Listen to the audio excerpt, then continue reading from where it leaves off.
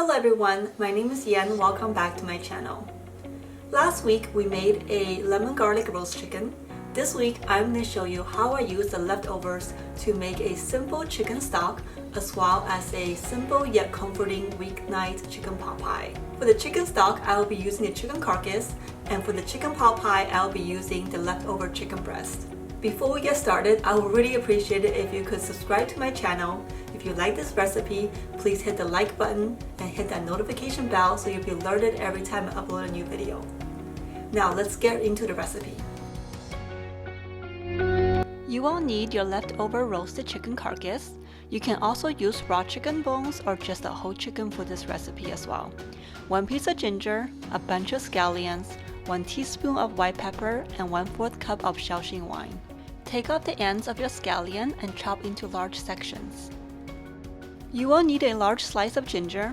I know ginger can be expensive, especially if you don't use it often. What I like to do is to purchase it in bulk, slice them in large pieces, then freeze them. That way I can just take a piece out when I need it and they will keep for a long time in your freezer.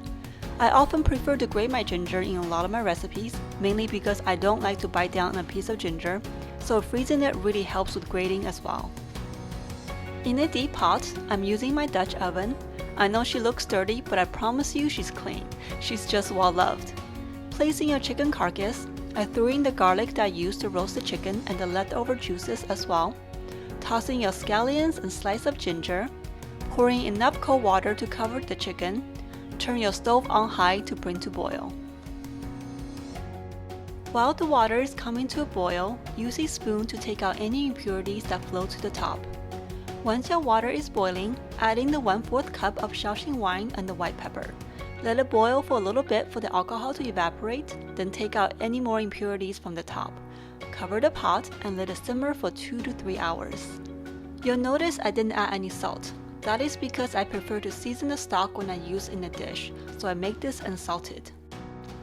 Once your chicken is done, use a slotted spoon to take everything out. Set the chicken aside.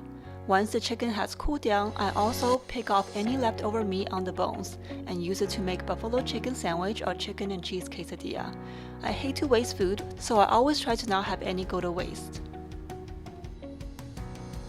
After the stock has cooled down a bit, I like to ladle the stock into a container, then keep it in the fridge until I need it. It lasts for about a couple of weeks in the fridge, although I usually use up mine in about a week. And there you have it, super simple yet flavorful chicken stock for any time you need it.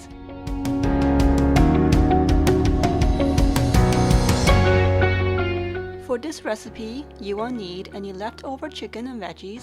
I'm using leftover chicken breast, about 1 tablespoon of butter, 2 tablespoons of all-purpose flour, 3 cloves of garlic minced, 1/4 cup of cream, half of an onion chopped, about a cup of frozen peas, this is optional, a bunch of thyme, again optional, some chicken stock, and a sheet of frozen puff pastry.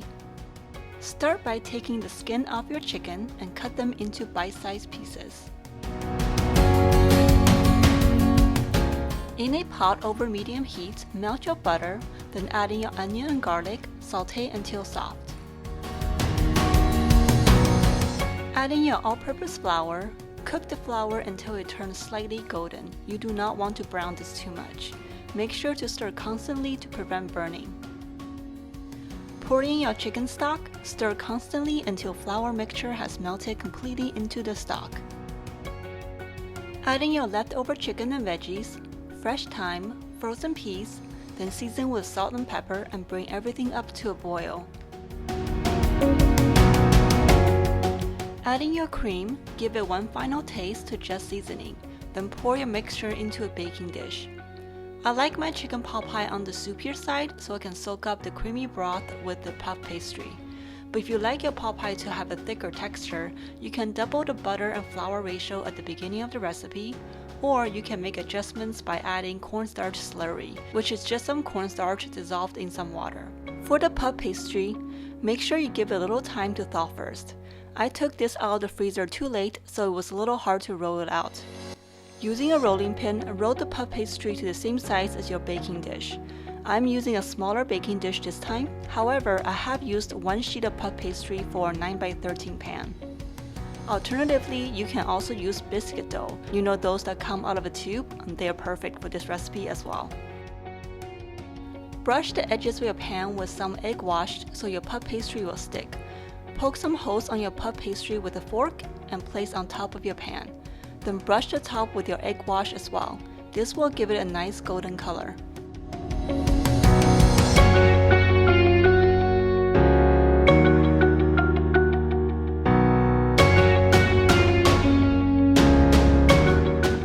Place your chicken pot pie in the oven. Cook this according to your puff pastry's cooking instructions. And here you have it, a super simple weeknight chicken pot pie that takes no time to make. I hope you enjoyed these 2 recipes. Please give me a thumbs up if you did.